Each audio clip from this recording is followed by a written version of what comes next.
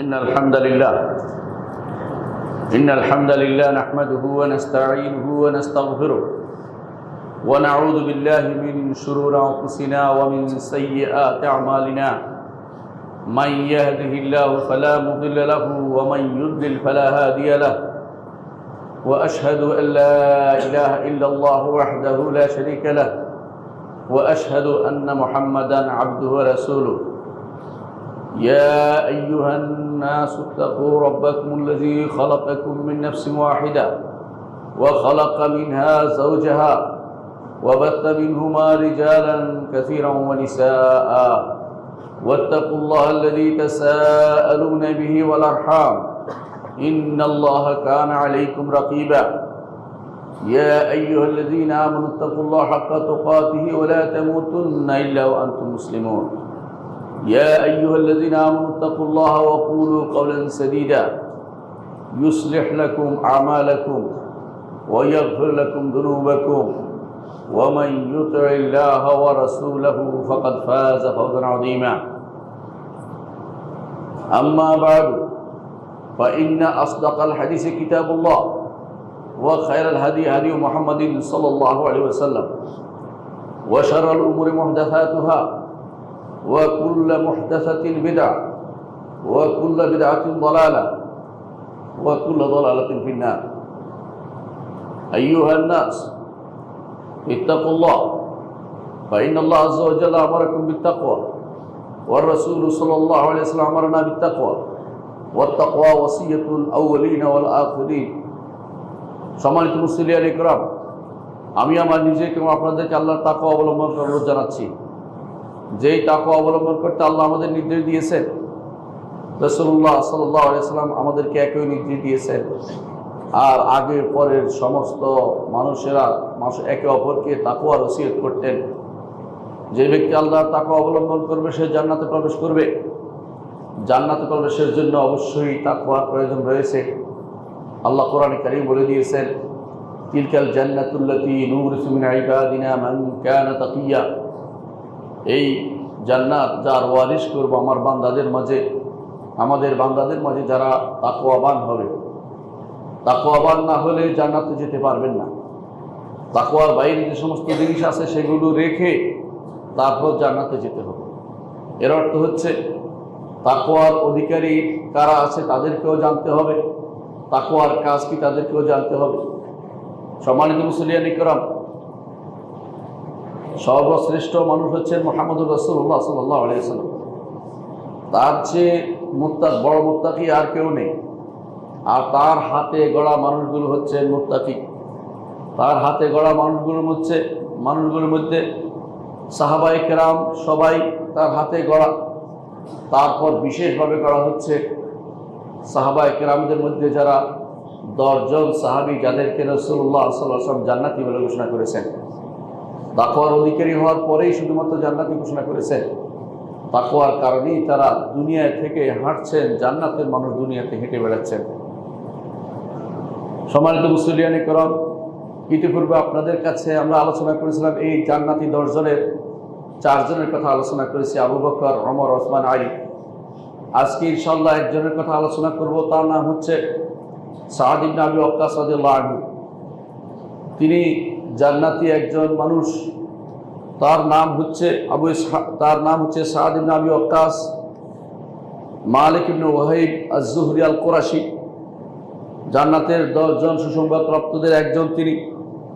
ইসলামে যারা প্রথম অগ্রণী ভূমিকা পালন করেছে, ইসলামে যারা প্রথম ঢুকেছে তাদের মধ্যে তিনি একজন। তিনি বলা হয়ে থাকে 3য় জন যিনি ইসলাম গ্রহণ করেছেন, কেউ কেউ বলছেন 7ম জন। আর তিনি সর্বপ্রথম আল্লাহর রাস্তায় তিনি তীর নিক্ষেপ করেছিলেন। নবী সাল্লাল্লাহু আলাইহি ওয়াসাল্লাম তাকে বলেছিলেন, ইরমি ফিদাকা আবি ওয়া আম্মি, তুমি তীর নিক্ষেপ করো, তোমার জন্য আমার পিতা মাতা উৎসর্গ হোক। আলী ইবনে আবি তালিব রাদিয়াল্লাহু আনহু বলেন, আমি মুহাম্মদুর রাসূলুল্লাহ সাল্লাল্লাহু আলাইহি ওয়াসাল্লামকে অন্য কারোর জন্য এই শব্দটি ব্যবহার করতে কোনোদিন শুনিনি। তিনি মুহাম্মদুর রাসূলুল্লাহ সাল্লাল্লাহু আলাইহি ওয়াসাল্লামের মামাদের একজন ছিলেন।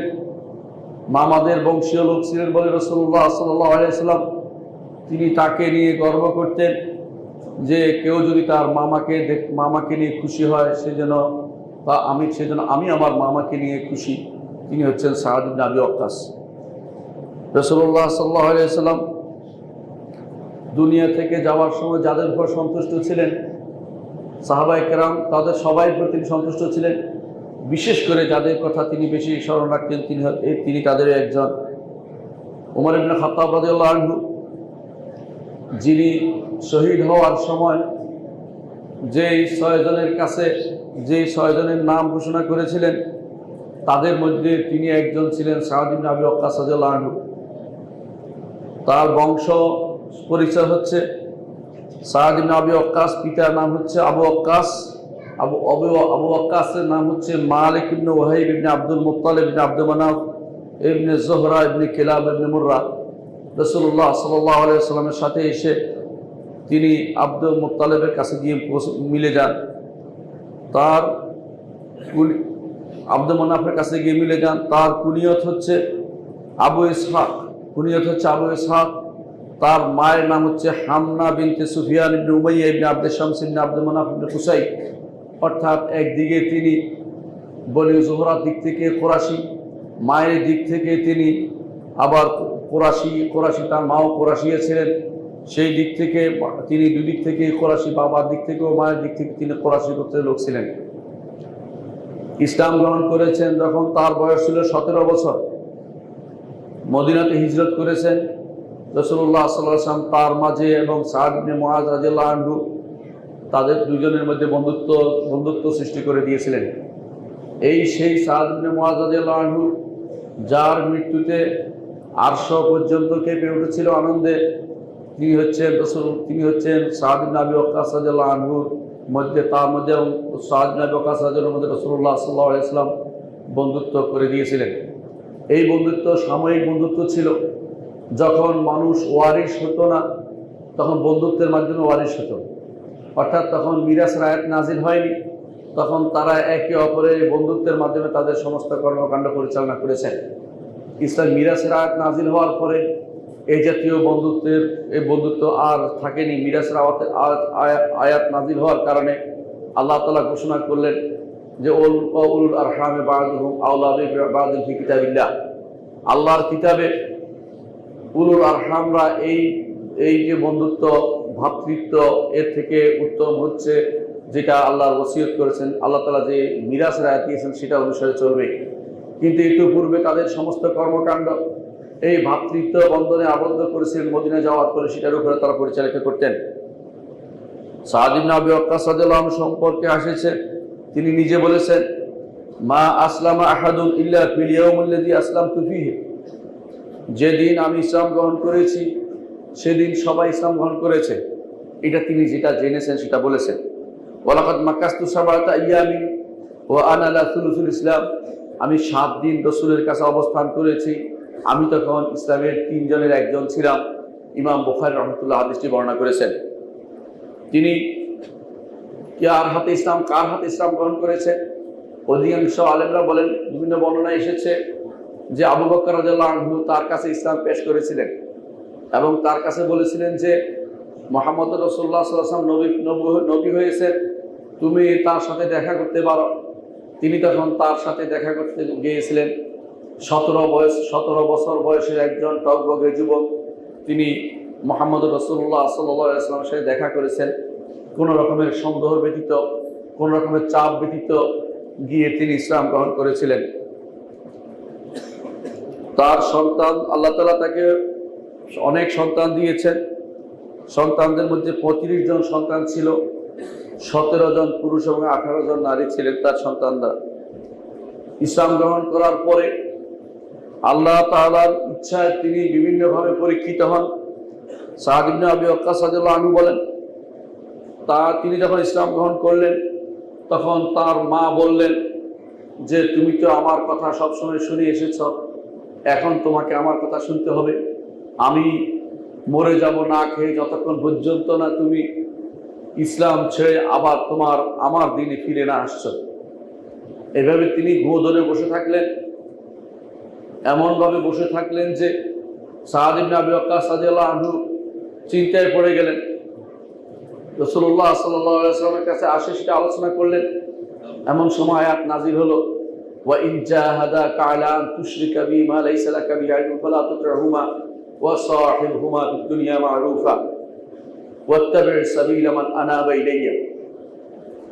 অর্থাৎ পিতামাতা যদি তোমাকে এমন কোনো কাজের প্রতি তোমাকে উৎসাহ তোমাকে বাধ্য করে, শিরিক করার জন্য বাধ্য করে, তাহলে এইটার তোমার আনুগত্য করা যাবে না, এটার আনুগত্য করা যাবে না, শিরকের আনুগত্য করা যাবে না। তবে তাদের সাথে দুনিয়ার জীবনে ভালো ব্যবহার করে যেতে হবে। পিতা যদি আপনাকে বলে কবরের টাকাটা দিয়ে আসো, দিতে পারবেন না। পিতা যদি আপনাকে বলে মাজারে জিয়ারত করে আসো, মাজার জিয়ারত কবর জিয়ারতের মধ্যে পার্থক্য আছে। মাজার যার উদ্দেশ্যমূলক কিছু পাওয়ার আশায়, তাহলে সেটা শিরক হবে, আপনি সেটা করতে পারবেন না। পিতাকে সেই কাজে সহযোগিতা করতে পারবেন না, নিয়ে যেতে পারবেন না। শিরকের কোনো কাজে পিতা মাতাকে সহযোগিতা করা যায় না, কিন্তু তাদেরকে দুনিয়ার জীবনে তাদের সাথে উত্তম ব্যবহার করে যেতে হবে। এটাই আয়াতের ভাষ্য, আয়াত দিয়ে এটাই বোঝানো হয়েছে। তারপর আয়াতের মধ্যে বলা হয়েছে ওয়াত্তাবি' সাবিলা মান আনাবা ইলাইয়া, আর অনুসরণ করো আমার পথে যে তোমাদেরকে নিয়ে যাচ্ছে, তোমাদেরকে সেটা পথ অনুসরণ করো। আল্লাহর পথে নিয়ে গেছে মুহাম্মদুর রাসূলুল্লাহ সাল্লাল্লাহু আলাইহি ওয়াসাল্লাম, এই জন্য তার পথকে অনুসরণ করতে হবে। কিছু কিছু সুফিরা বর্তমানে এই আয়াত দিয়ে দলিল দিচ্ছে যে তাদের সুফিবাদের দিকে যাওয়ার জন্য আয়াতে বলা হয়েছে। এ হচ্ছে কোরআনের অপব্যাখ্যা। এখানে বলা হয়েছে যারা আমার পথের দিকে আহ্বান জানায় সেই পথে চলতে বলা হয়েছে। সাদ ইবনে আবি ওয়াক্কাস রাদিয়াল্লাহু আনহু সেটা শুনে তিনি বাড়িতে ফিরে গেলেন। বাড়িতে ফিরে গিয়ে বললেন, মা যত চেষ্টাই করো না কেন আমার দিন থেকে আমাকে ফিরিয়ে নিতে পারবে না। তুমি যদি কোনো প্রতিটি তোমার আত্মা যদি 100টা আত্মাও হয়ে যায়, প্রতিটাও যদি মারা যায় আমাকে প্রলুব্ধ করার জন্য, যাতে করে আমি দিন থেকে ফিরে আসি, আমাকে বাধ্য করার জন্য, সেই প্রচেষ্টা তোমার সফল হবে না, সেই প্রচেষ্টা তোমার সফল হবে না। আমি এই দিন থেকে কখনো ফিরে আসবো না। এ হচ্ছে তার প্রথম পরীক্ষা। দ্বিতীয় পরীক্ষা হচ্ছে রাসূলুল্লাহ সাল্লাল্লাহু আলাইহি ওয়াসাল্লাম তার সাথীদের নিয়ে, তিনি মক্কায় থাকতেন, মক্কাতে রাসূলের সাথীদের নিয়ে যখন তাদেরকে বন্দী করে রাখা হয়েছিল শিয়াবে আবি তালেবে, যখন সেখান থেকে কোনো খাবার পাচ্ছিলেন না, তারা এত কষ্ট পাচ্ছিলেন যে খাবার বলতে কোনো কিছু তাদের কাছে ছিল না। গাছের পাতাও তখন ছিল না, কারণ মক্কাতে গাছের সেরকম বেশি ছিল, ব্যবস্থা ছিল না। আর যেই উপত্যকার মাঝে তাদেরকে বন্দী করে রাখা হয়েছে পাহাড়ের মাঝখানে, সেখানে তেমন কোনো পরিবেশও ছিল না। তিনি বললেন যে আমরা এত কষ্ট করে ধৈর্য ধারণ করেছিলাম। একদিন আমরা রাসূলুল্লাহ সাল্লাল্লাহু আলাইহি ওয়াসাল্লামের সাথে বের হলাম। তখন আমি যখন রাতের বেলা বের হয়েছি, বের হয়ে খাবার নাই, কি করব, একখানে পেশাব করতে বসেছি। পেশাবের শব্দ দেখি, বিভিন্ন রকমের শব্দ আসছে। বুঝলাম যে পেশাবের নিচে কিছু একটা পড়েছে। সেটা তুলে এনে দেখলাম যে সেটা আর কিছু নয়, এক টুকরা উটের এক চামড়ার একটি টুকরা মাত্র। উটের চামড়ার একটি টুকরা পড়ে আছে। আমি সেটা নিলাম, নিয়ে ধুয়ে ফেললাম, সেটাকে জ্বালালাম, জ্বালিয়ে ফেললাম। জ্বালিয়ে ফেলে সেটাকে দুই পাথরের মাঝখানে নিয়ে ঘষে গুঁড়ো করে ফেললাম। তারপর সেটার মধ্যে পানি দিয়ে একটু একটু করে শক্তি সঞ্চয়ের ব্যবস্থা করলাম।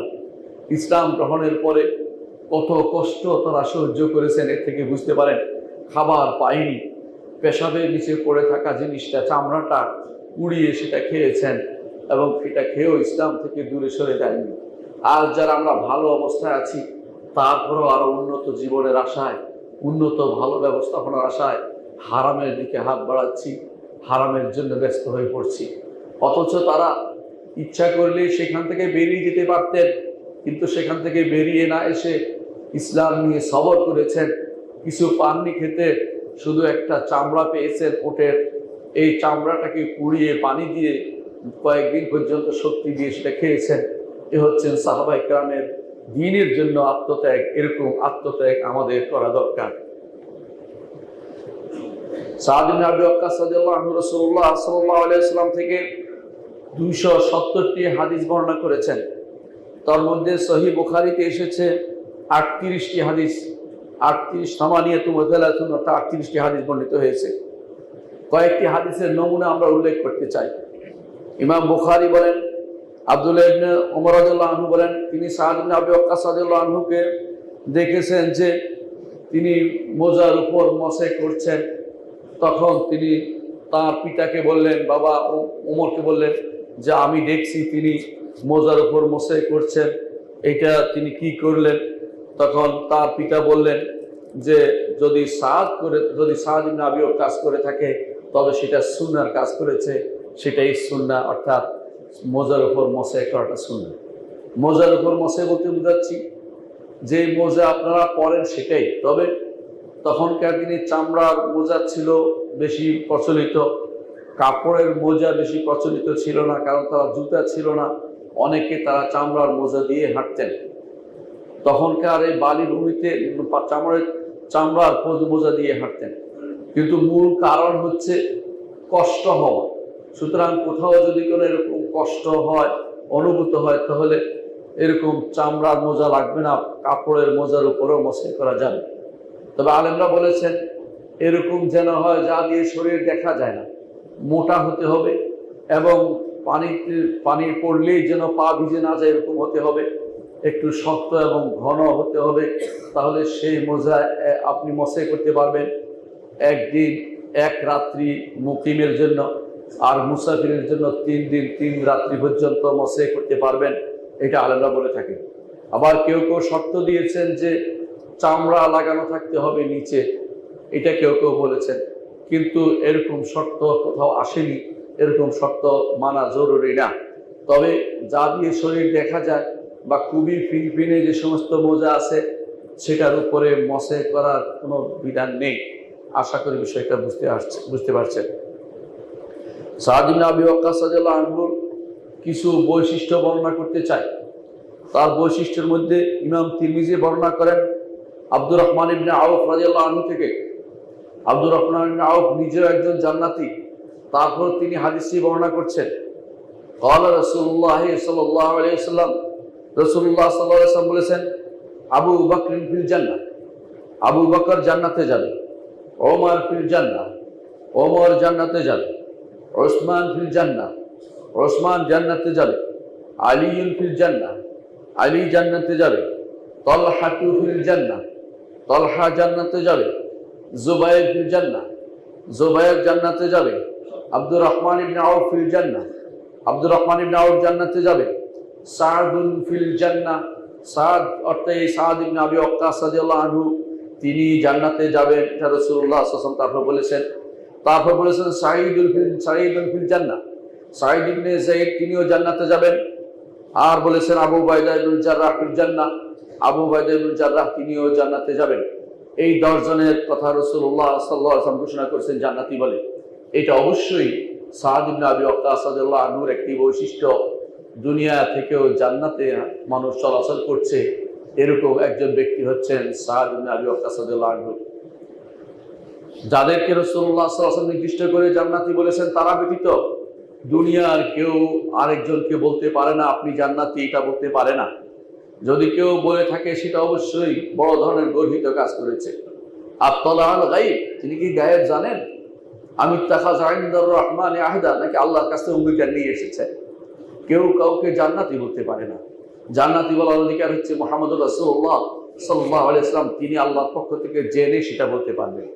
সুতরাং দুনিয়ার বুকে একে অপরকে জান্নাতি যেমন বলতে পারে না, তেমনি তথাগত শহীদ যে সমস্ত নাম আজ চালু আছে, অমুক শহীদ তমুক শহীদ, সেটাও বলতে পারেন না। আপনি বলবেন আল্লাহর কাছে দোয়া করে তিনি যেন তাকে শহীদ হিসেবে কবুল করেন, এভাবে বলবেন। আমরা আশা করি তিনি শহীদ হবেন, এভাবে বলতে পারবেন। কিন্তু অমুক শহীদ হয়ে গেছে বা শহীদ অমুক, এভাবে নাম দিয়ে বলতে পারবেন না। যাদের ব্যাপারে আসেনি, মুহাম্মদ রাসূলুল্লাহ সাল্লাল্লাহু আলাইহি ওয়াসাল্লাম থেকে কিছু আসেনি, তাদেরকে শহীদ বলার কোনো ক্ষমতা আপনার নাই, আমাদের নাই। যদি সেটাও শহীদ বলি তাহলে গায়েবের উপরে কথা বলা হবে। আর গায়েবের বিষয়ে একমাত্র আল্লাহ রাসূল সাল্লাল্লাহু আলাইহি ওয়াসাল্লাম আল্লাহ থেকে জেনে আমাদেরকে জানাতে পারেন, আর কারো পক্ষে সেটা বলা বা করা সম্ভব নয়। তাহলে আমরা দেখতে পেলাম সাদ ইবনে আবি ওয়াক্কাস রাদিয়াল্লাহু আনহু জান্নাতি একজন মানুষ। তো আরেকটি হাদিসে আমরা দেখতে পাই সাদ ইবনে আবি ওয়াক্কাস নিজে বর্ণনা করেন, আমরা রাসূলুল্লাহ সাল্লাল্লাহু আলাইহি সাল্লামের সাথে ছিলাম, 6 জন ছিলাম। তখন রাসূলুল্লাহ সাল্লাল্লাহু আলাইহি সাল্লাম আমাদেরকে, এমন সময় আমরা বসে আছি, তারই মজলিসে বসেছিলাম, মুশরিকরা এসে বলল যে এদেরকে তাড়িয়ে দিন, এদেরকে দূরে সরিয়ে দিন, আপনার মজলিস থেকে এদেরকে যদি না সরিয়ে দিন আমরা বসবো না। কেন? মুশরিকরা নিজে রেসপেক্টেড ভাবতে আরম্ভ করলো যে আমরা হচ্ছি বিশেষ লোক, আর এরা এই সমস্ত দুর্বল লোকেরা এখানে বসে আছে কেন? অর্থাৎ সাদ ইবনে আবি ওয়াক্কাস সেখানে বসা ছিলেন, এই অবস্থা ছিল।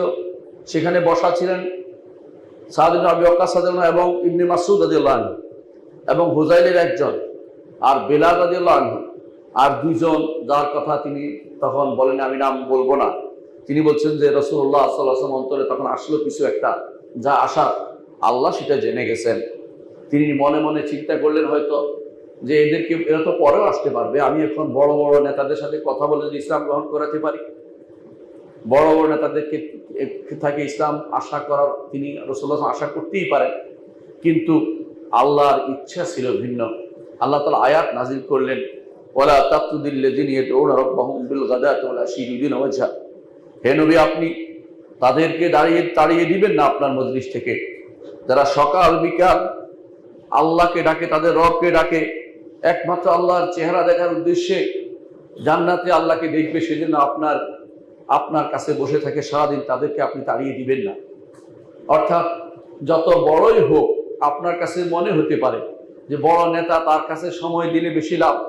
না, ইসলাম বড় নেতাদের দিয়ে কায়েম হয় নাই, ইসলাম সাধারণ মানুষ দিয়ে কায়েম হয়েছে। বড় নেতারা অহংকারীরা দিন মানতে চায় না। সাধারণ মানুষ, আল্লাহ তাআলা তাদের দিনকে সবসময় তাদের মনকে দিনের জন্য মুক্ত করে দিয়েছেন। রোম সম্রাট হেরাক্লিয়াসের দরবারে আবু সুফিয়ানকে হেরাক্লিয়াস জিজ্ঞাসা করেছিলেন, সহিহ বুখারীতে এসেছে যে মুহাম্মদুর রাসূলুল্লাহ সাল্লাল্লাহু আলাইহি ওয়াসাল্লাম, মুহাম্মদ যার কথা আপনি বলছেন তার অনুসারীরা কেমন মানুষ? আবু সুফিয়ান তখন ইসলাম গ্রহণ করেননি, তিনি তখন কাফেরদের সর্দার ছিলেন। তিনি সুযোগ পেয়ে বলে বসলেন তারা সবচেয়ে নিম্ন শ্রেণীর লোক।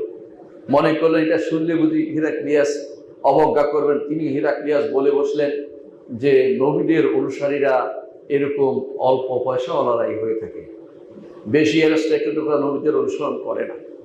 আজও সহিহ আকীদা ও মানহাজের লোক সবসময় দেখবেন যে এরা বড় পয়সাওয়ালা নয়, বড় কোনো পদবীওয়ালা নয়। সাধারণ মানুষরা দিন শিক্ষার প্রতি আগ্রহী, দিনকে জানতে আগ্রহী। তুবা লাহুম, তাদের জন্য সুসংবাদ, যারা আল্লাহর দিনকে মানতে, জানতে এবং জীবনের প্রতিটি ক্ষেত্রে প্রতিষ্ঠা করতে আগ্রহী। তাদের মতো নয় যারা ঘুরে বেড়াচ্ছে নিজেদের দিনের ব্যাপারে, তারা শুধুমাত্র নিজেদের মত চাপিয়ে দিতে চায়, আল্লাহর দিনকে তারা জানতে চায় না, শিখতে চায় না, মানতে চায় না। তাদের মতো হওয়া যাবে না। তো সাদ ইবনে আবি ওয়াক্কাস রাদিয়াল্লাহু আনহু বলেন, এই আয়াত নাজিল হওয়ার পরে রাসূলুল্লাহ সাল্লাল্লাহু আলাইহি ওয়াসাল্লাম এরপর আমাদেরকে বলতেন, দেখলেই যে আসো, তোমাদের জন্য সুসংবাদ, তোমাদের সাথে আমাকে বসতে বলা হয়েছে, তোমাদেরকে তাড়িয়ে দিতে বলা হয়নি। আল্লাহ তাআলার ইচ্ছা, যারা দ্বীন ও ঈমানের সাথে থাকতে চায় তাদের সাথে আল্লাহ তাআলা তার নবীকে থাকতে তিনি নির্দেশনা দিয়েছেন। অপর এক হাদিসে এসেছে, ইমাম বুখারী রাহমাতুল্লাহ হাদিসটি বর্ণনা করেন, সাদ ইবনে আবি ওয়াক্কাস রাদিয়াল্লাহু আনহু বলেন, রাসূলুল্লাহ সাল্লাল্লাহু আলাইহি ওয়াসাল্লাম বিদায় হজের দিন আমাকে দেখতে এসেছেন। আমি অসুস্থ হয়ে পড়েছিলাম। বিদায় হজের সময় রাসূলুল্লাহ সাল্লাল্লাহু আলাইহি ওয়াসাল্লাম অসুস্থ হয়ে পড়েছিলেন। আর রাসূলুল্লাহ সাল্লাল্লাহু আলাইহি ওয়াসাল্লামের অসুস্থ সাদ ইবনে আবি ওয়াক্কাসকে দেখতে গিয়েছিলেন। আমরা জানি যে রাসূলুল্লাহ সাল্লাল্লাহু আলাইহি ওয়াসাল্লাম পছন্দ করতেন না কেউ যেন, যারা হিজরত করেছে কেউ আবার হিজরতের ভূমিতে মারা যাক, এটা তিনি পছন্দ করতেন না। এই জন্য তিনি চাইতেন যে যারা হিজরত করেছে তারা মদিনায় মারা যাবে। কিন্তু মুহাজির ছিলেন সাদ ইবনে আবি ওয়াক্কাস, তখন তিনি বিদায় হজের সময় মক্কায় যখন আসলেন, তিনি এত বেশি অসুস্থ হয়ে পড়েছিলেন, তিনি মনে করেছিলেন যে তিনি মারাই যাবেন। এই অবস্থায় রাসূলুল্লাহ সাল্লাল্লাহু আলাইহি ওয়াসাল্লাম তাকে দেখতে গিয়েছিলেন। সেখানে তিনি রাসূলুল্লাহ সাল্লাল্লাহু আলাইহি ওয়াসাল্লামের কাছে বললেন যে, ইয়া রাসূলুল্লাহ, আমার তো অনেক সম্পদ আছে, আমার এই সম্পদ আমি কি করব? আমার তো শুধু একটি মেয়ে আছে, তাকে আমি কি করব? আমার মেয়েরা ছাড়া আর তো কোনো ছেলে তখন ছিল না। আমি এদেরকে সম্পদ যে আছে বাকি সম্পদ আমি কি করি, আমি আল্লাহর রাস্তায় দান করে দিতে চাই। রাসূলুল্লাহ সাল্লাল্লাহু আলাইহি ওয়াসাল্লাম বললেন, যদি তুমি ওসিয়ত করতে চাও তো 3/1 মধ্যে করো, 3/1 মধ্যে করো। আর যদি তুমি দান করতে চাও তাহলে সেটাতে সওয়াব তুমি পাবে। তুমি এমনকি যেটাই খরচ করো আল্লাহর রাস্তায়, সেটার জন্য এমনকি তোমার স্ত্রীর মুখে যে লোক মাটি দিবে তার জন্য তুমি আল্লাহর কাছে সওয়াব পাবে, কারণ সেটাও সাদাকা হিসেবে বিবেচিত হবে।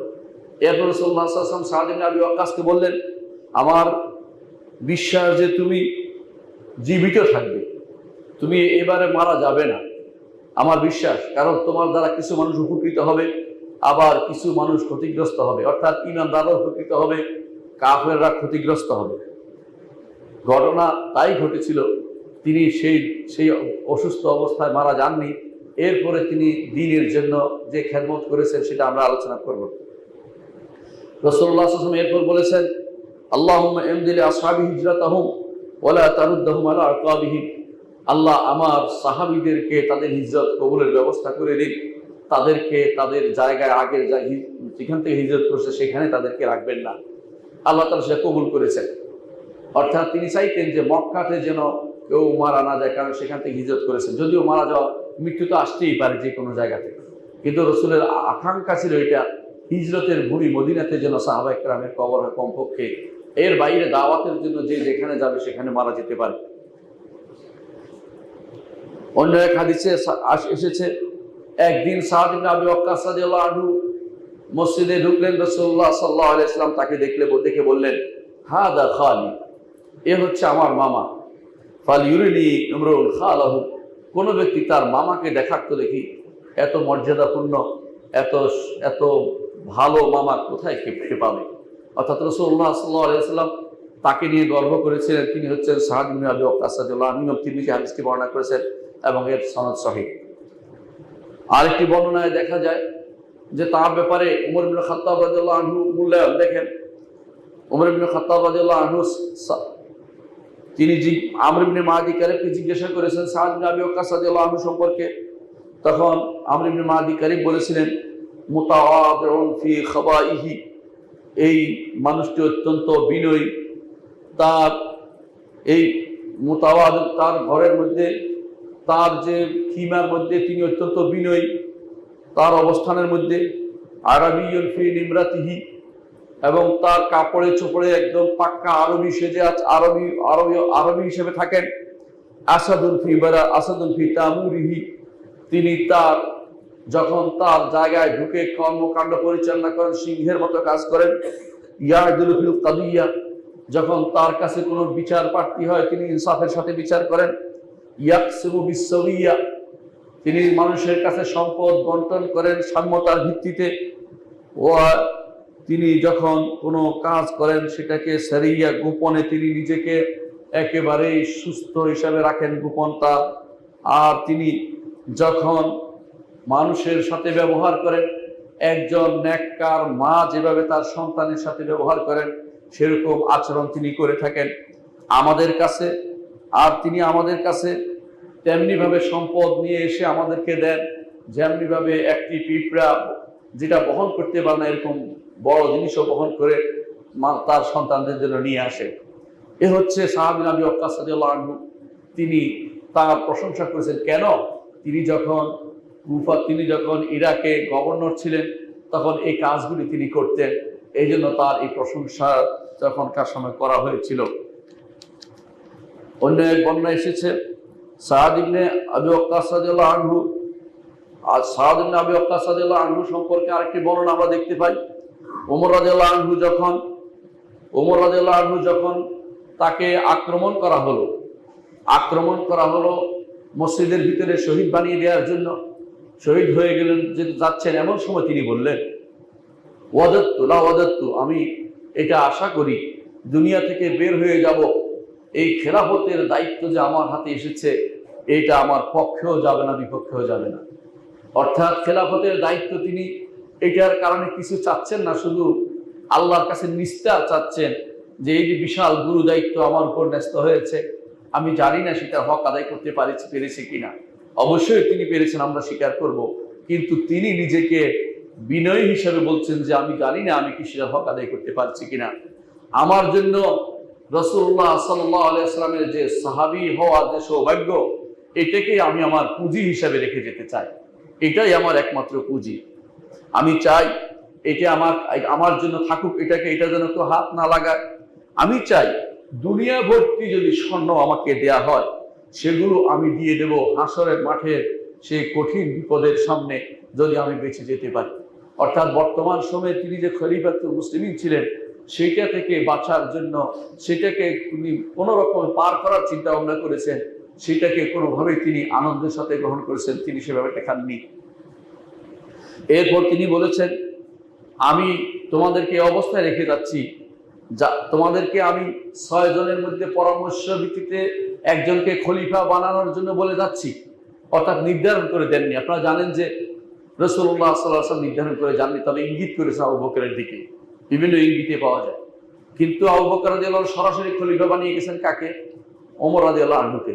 ওমর রাদিয়াল্লাহু আনহু তিনি মৃত্যুর সময় দেখলেন যে এইভাবে উন্মুক্ত রাখা যাবে না, উন্মুক্ত রাখলে ক্ষতি হবে, তবে নির্ধারণও করা যায় না, কারণ মুহাম্মদুর রাসূলুল্লাহ সাল্লাল্লাহু আলাইহি ওয়াসাল্লাম নির্ধারণ করে যাননি।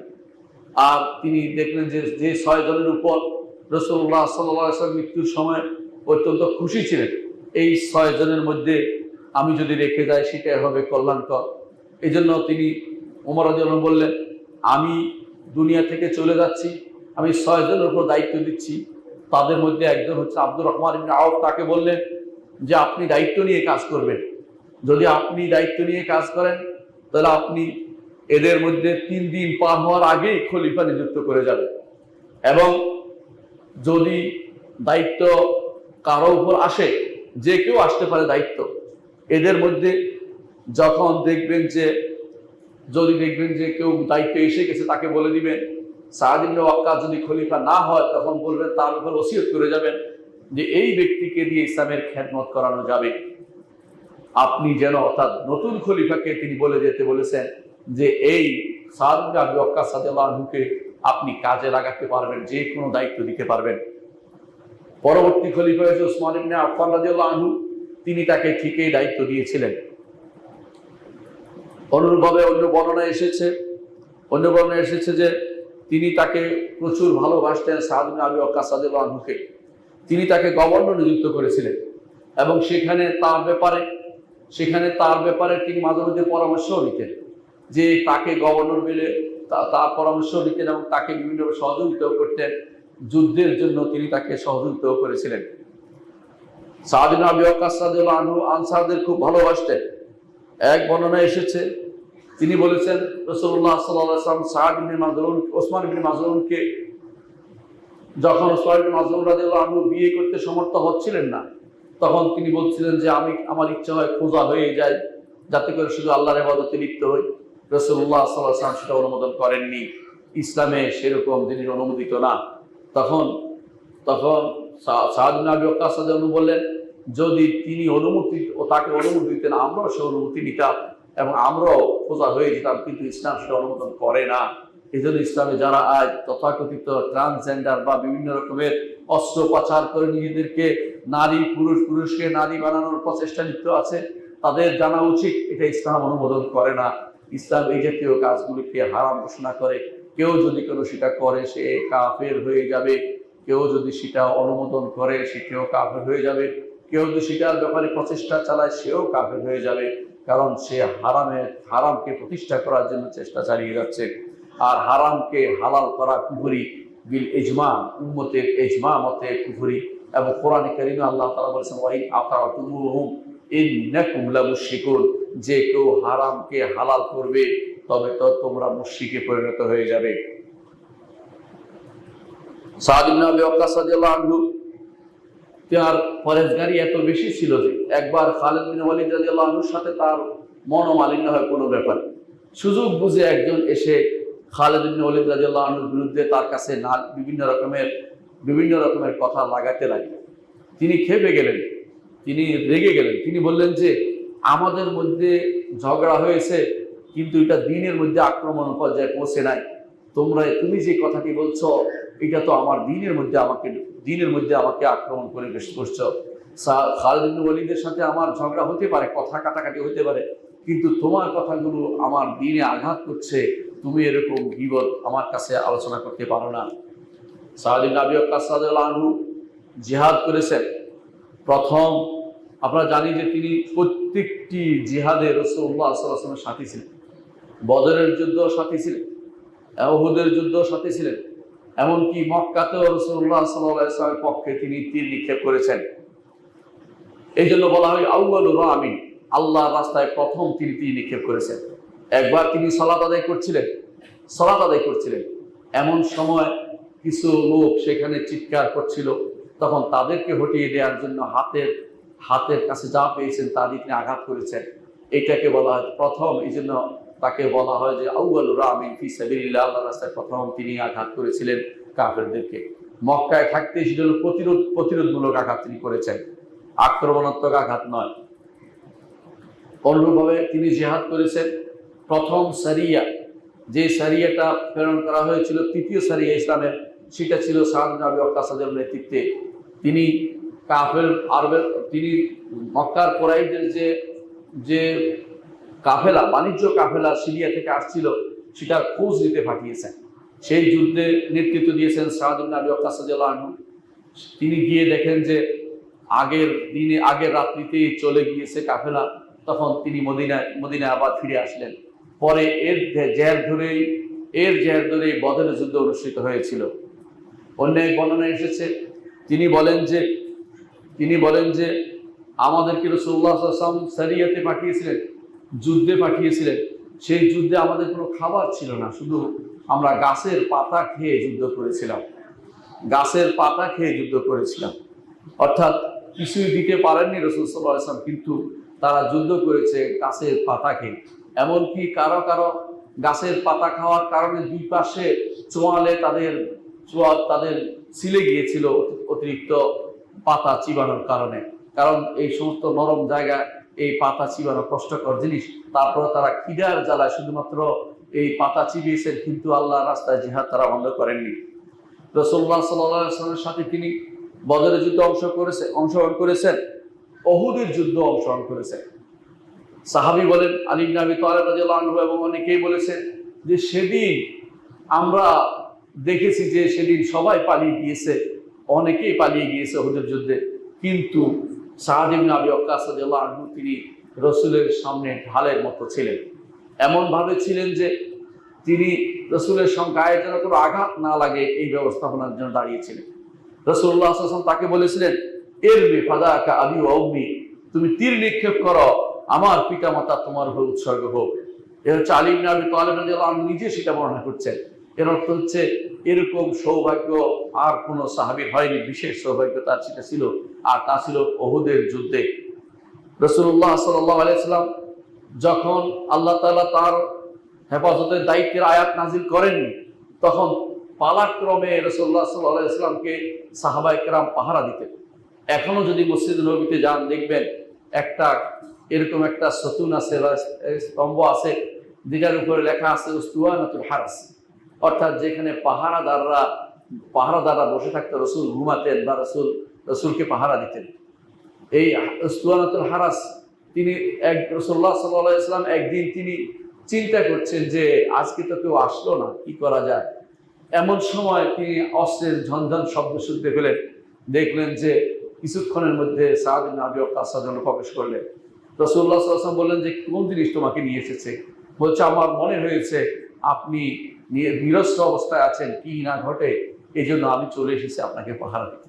রাসূলুল্লাহ সাল্লাল্লাহু আলাইহি ওয়াসাল্লাম তার জন্য দোয়া করলেন এবং তিনি সেই রাত্রিতে আরামের সাথে ঘুমালেন।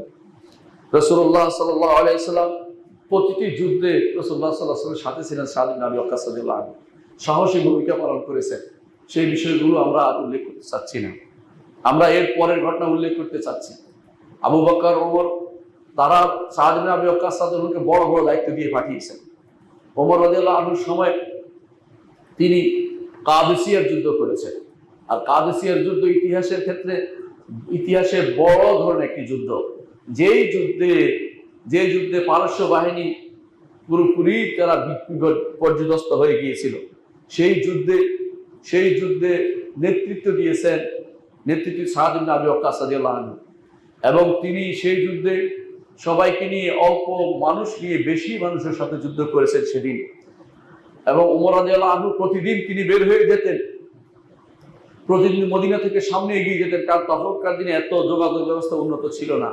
তিনি খোঁজ নিতে যেতেন যে আজকে কোনো সাহাবী কোনো লোককে পাঠিয়েছে কিনা, কোনো সুসংবাদ আছে কিনা। একদিন তিনি দেখলেন যে ধুলো উড়ে কিছু লোক আসছে, একটা লোক আসছে খুব ধুলো উড়িয়ে আসছে। তিনি খুশি হয়ে গেলেন যে নিশ্চয়ই সাহাদ থেকে কোনো সংবাদ এসেছে। তিনি যখন আসলেন তো বললেন কোত্থেকে আসছো? সাহাদের কাছ থেকে তিনি খুশি হয়ে গেলেন, বলেন যে বলো কি হয়েছে? বলে আমরা কাদেসিয়ার যুদ্ধে জয়লাভ করেছি। তখন তিনি তাকবীর দিলেন, বলে আল্লাহু আকবার, আমরা জয়লাভ করেছি। তখন বুঝতে পারেন ওই লোকটি যে খলিফাতুল মুসলিমিন স্বয়ং এখানে দাঁড়িয়ে আছে। তাকে তিনি রসিয়ে রসিয়ে গল্প করছেন আর এগিয়ে যাচ্ছেন। মদিনায় আসার পরে দেখলেন চতুর্দিক থেকে সবাই এসে খলিফাতুল মুসলিমিনকে জানাচ্ছে, তাকে ধরতেছে। তখন ওই লোকটি বললো যে আমি কি এতক্ষণ বুঝতে পারি যে আপনি খলিফাতুল মুসলিমিন, আপনি এগিয়ে গেছেন এত পর্যন্ত খবর জানার জন্য। এই যুদ্ধ হচ্ছে মুসলিম এবং পারস্য যে মগ্নি উপাসক তাদের মধ্যে, এদের মধ্যে যুগান্তকারী এক ফয়সালাকারী এক যুদ্ধ। সেই যুদ্ধ নেতৃত্ব দিয়েছেন সাদ ইবনে আবি ওয়াক্কাস রাদিয়াল্লাহু আনহু।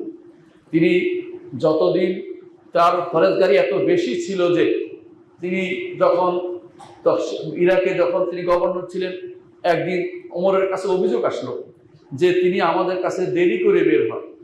তখন তিনি খোঁজ নিলেন কেন দেরি করে বের হন। খোঁজ নিয়ে জানলেন যে দেরি করে বের হওয়ার কারণ হচ্ছে তার কাপড় একটি সেটা শুকোতে দিয়েছেন, না শুকাইলে তিনি বের হতে পারেন না। এই জন্য তিনি আল্লাহর রাস্তায় দান করতে গিয়ে এই অবস্থা হয়েছেন যে তিনি এই একটি কাপড় দিয়ে তিনি জীবনযাপন করেছেন। এই জন্য দেরি হতো তার বের হতে। তার দোয়া কবুল হতো। এর প্রমাণ হচ্ছে এক লোক মিথ্যাচার করে বললো যে তিনি আমাদের ঠিক মতো সবকিছু দেয় না, তিনি আমাদের ইনসাফ করেন না, এই জাতীয় কথাবার্তা বললো। তখন সাদ ইবনে আবি ওয়াক্কাস রাদিয়াল্লাহু আনহু তিনি দেখলেন যে মিথ্যা কথা বলছে। তিনি বললেন, যদি তুমি মিথ্যাবাদী হও তাহলে আল্লাহ তোমাকে ফিতনায় নিপতিত করবে। কিছুদিনের মধ্যে লোক মিথ্যাবাদী প্রমাণিত হয়ে গেল। সে ফিতনার মধ্যে রাস্তার মধ্যে মানুষকে উল্টাপাল্টা কথা বলতো, আর সে বলতো আমাকে সাদ ইবনে আবি ওয়াক্কাসের বদদুয়া পেয়ে গেছে, তোমরা আমার থেকে দূরে থাকো, অর্থাৎ যেন কোনো ক্রমেই তোমরা আমার উপর আক্রমণ করো না, আমি তো বদদুয়ার বাগী হয়ে গেছি। সাদ ইবনে আবি ওয়াক্কাস রাদিয়াল্লাহু আনহু যখন এই অবস্থা, তিনি খলিফাতুল মুসলিমিন ওমর ইবনে খাত্তাব রাদিয়াল্লাহু আনহু তাকে ডেকে নিয়ে আসলেন, আপনার আর ইরাকে থাকার দরকার নাই, আপনি মদিনাতেই চলে আসেন। মদিনাতে আসার পরে তিনি বর্তমান ইসলামী বিশ্ববিদ্যালয় যেখানে আছে এর সামনের জায়গা সেখানে একটা জায়গা আছে সাদ ইবনে আবি ওয়াক্কাস রাদিয়াল্লাহু আনহু, এখনো একটা মাঠের মতো আছে, সেই জায়গাতে তিনি নিজের বাড়ি করলেন, সেখানে তিনি অবস্থান করলেন। মদিনা থেকে একটু দূরে কেন অবস্থান করলেন সেটাও বলছি। তিনি দেখতে পেলেন মদিনাতে ফিতনা আরম্ভ হয়ে গেছে। ওই ফিতনার সময় তিনি আর কোথাও তাদের সাথে ফিতনাতে অংশগ্রহণ করেননি। এই জন্য তিনি তাকে পাবেন না কোনোদিন জামালের যুদ্ধে অংশগ্রহণ করেনি, সিফফিনের যুদ্ধে অংশগ্রহণ করেনি, এবং এই জাতীয় কোনো যুদ্ধে তিনি অংশগ্রহণ করেননি। পরবর্তীতে তার সন্তানরা তাকে বিভিন্নভাবে উৎসাহ জুগিয়েছে যে আমাদের সাথে আসুন, আপনি তো 6 জনের একজন, আপনি ইচ্ছা করলে তো খলিফা হতে পারেন। তিনি তাদেরকে তাড়িয়ে দিতেন, বলতেন যে না, আমি এই কাজটি করবো না, আমি ফিতনার সময় কোনো দায়িত্ব নিতে রাজি হব না, আমি এই দায়িত্বের জন্য লালায়িত নই। তিনি তখন তার কসরের মধ্যে তার বাড়িতে এসে অবস্থান করতেন। এ ছিল তার অবস্থা। অর্থাৎ তিনি সাদ ইবনে আবি ওয়াক্কাস রাদিয়াল্লাহু আনহু, সেখানেই তার মৃত্যু হয়েছিল হিজরি 55 হিজরিতে। সেখানে তাকে বহন করে তার সাথীরা তাকে বহন করে মসজিদ নববীতে নিয়ে এসেছেন, সেখানে তাকে জানাজা হয়েছে। উম্মাহাতুল মুমিনিন জীবিত ছিলেন, তারা বললেন যে এই ব্যক্তিকে আমরাও এই ব্যক্তির জন্য দোয়া করতে চাই। তখন তার জানাজা মসজিদের ভিতরে নেওয়া হলো। কিছু মানুষ বলে বসলো, মসজিদের ভিতরে জানাজা কেন, মসজিদের ভিতরে জানাজা নিয়ে আসা হলো কেন? আয়েশা রাদিয়াল্লাহু আনহা বললেন, তোমরা কি ভুলে যাচ্ছ এত দ্রুতই? এখনো রাসূলুল্লাহ সাল্লাল্লাহু আলাইহি ওয়াসাল্লামের কাপড় এখনো জীর্ণ শীর্ণ হয়নি, এখনই তো আমরা ভুলে গেছি রাসূলুল্লাহ সাল্লাল্লাহু আলাইহি ওয়াসাল্লাম ইবনা সুহাইলের তাদেরকে মসজিদের ভিতরে জানাজা দিয়েছে। শুধু আমাদেরকে তাদের জন্য জানাজা পড়ার সুযোগ দেওয়াটা অন্যায় হয়নি, সঠিক কাজটি হয়েছে। তার উপর জানাজা পড়েছেন মারওয়ান ইবনে হিকাম, তখন তিনি মদিনার গভর্নর ছিলেন, তিনি তার উপর জানাজা পড়েছেন। এ হচ্ছে সাদ ইবনে আবি ওয়াক্কাস রাদিয়াল্লাহু আনহু। তার জীবনী আমরা আলোচনা করি এই জন্য, শিক্ষা গ্রহণ করার জন্য এবং জানার জন্য আমাদের যারা সোনালী পুরুষ ছিলেন তারা কেমন ছিলেন, আমাদের যারা যাদের নিয়ে আমরা গর্ব করতে পারি, যাদের নিয়ে আমরা আমাদের জীবনের প্রতিটি মুহূর্তে তাদের থেকে আদর্শ নিতে পারি। এই সাহাবায়ে কেরামের এই 10 জনের আলোচনার মধ্যে আজকে 5ম জনের আলোচনা করলাম। প্রত্যেকেই আমাদের জন্য আদর্শ, প্রত্যেকের থেকে আমাদের শিক্ষণীয় বিষয় আছে। আজ আমরা আদর্শ সংকটে ভুগছি, আদর্শ সংকটে ভুগছি। আমরা অনেকেই আদর্শ হিসাবে অমুক নেতা তমুক নেতা, অমুকের তমুকের চিন্তা করছি, কিন্তু আমরা তাদের জীবনী পড়ছি না, জীবনী সম্পর্কে জানছি না। তাদের জীবনী পড়তে হলে বেশি দূর যেতে হবে না। আপনাদেরকে এই মহৎ প্রাণের সান্নিধ্যে বাংলা অনুবাদ হয়েছে ইমাম যাহাবীর যে বইটি সিয়ার আলাম নুবালা, সেখানে তাদের জীবনী আছে, সেটা পড়বেন। অন্তত 10 জন সাহাবীর জীবনী, যাদের জান্নাতে সুসংবাদ প্রাপ্ত 10 জন সাহাবীর জীবনী যেন আমরা পড়ি এবং তাদের জীবন থেকে শিক্ষা নিয়ে আমাদের জীবন গড়ি এবং তাদেরকে আদর্শ হিসেবে গ্রহণ করি, যারা মুহাম্মদুর রাসূলুল্লাহ সাল্লাল্লাহু আলাইহি ওয়াসাল্লামের হাতে গড়া মানুষ ছিলেন এবং যারা সোনালী মানুষ ছিলেন। সেই মানুষগুলোকে আমরা আমাদের আদর্শ হিসেবে রাখি। আল্লাহ আমাদের বুঝার তৌফিক দান করুন। أقول قولي هذا وأستغفر الله لي ولكم ولسائر المسلمين فاستغفروه إنه هو الغفور الرحيم. إن الحمد لله نحمده ونستعينه ونستغفره ونعوذ بالله من شرور أنفسنا ومن سيئات أعمالنا. من يهده الله فلا مضل له ومن يضلل فلا هادي له. وأشهد أن لا إله إلا الله وحده لا شريك له وأشهد أن محمدا عبده ورسوله.